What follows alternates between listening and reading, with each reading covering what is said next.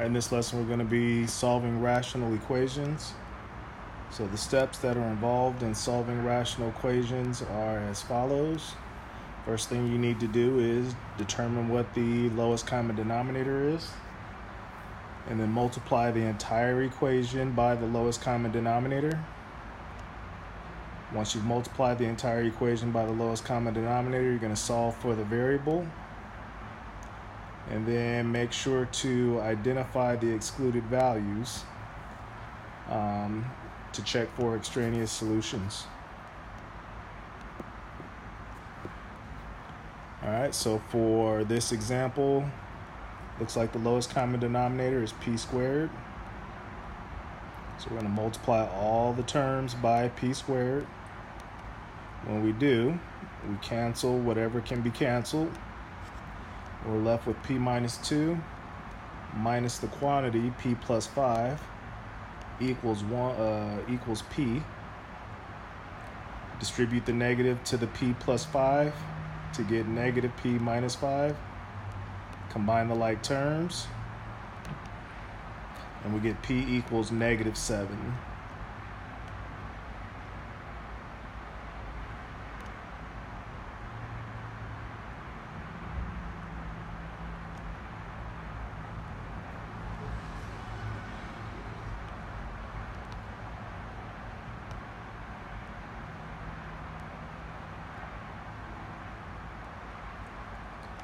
All right, so p cannot be 0.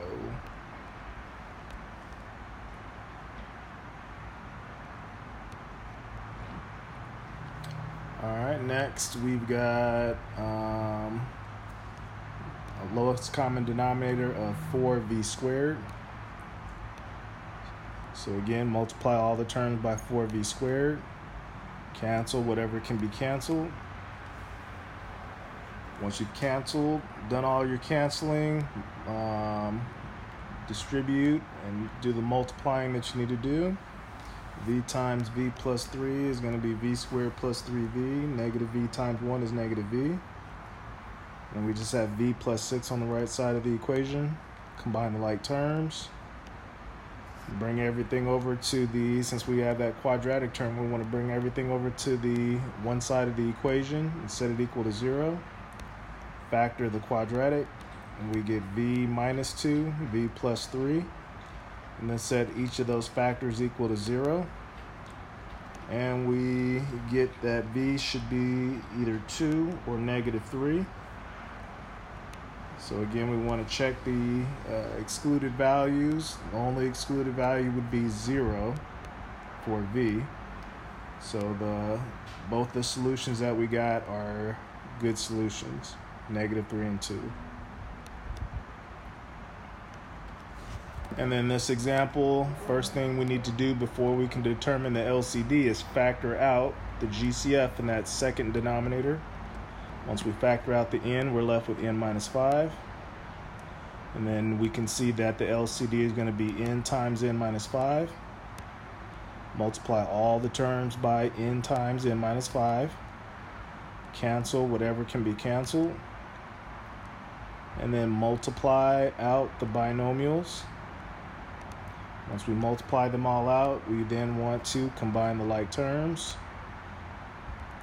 And we've got a quadratic term again, so we're going to want to bring everything over to the left side. Factor the quadratic equation, or you could just save yourself some time and plug it into the quadratic formula, which is what I did. When you plug it into the quadratic formula, you get 44 plus n minus 8 over 8. 44 plus 8 over 8 is 13 over 2. 44 minus 8 over 8 is 9 over 2. And the excluded values are 0 and 5, so both of the solutions that we calculated were both usable solutions.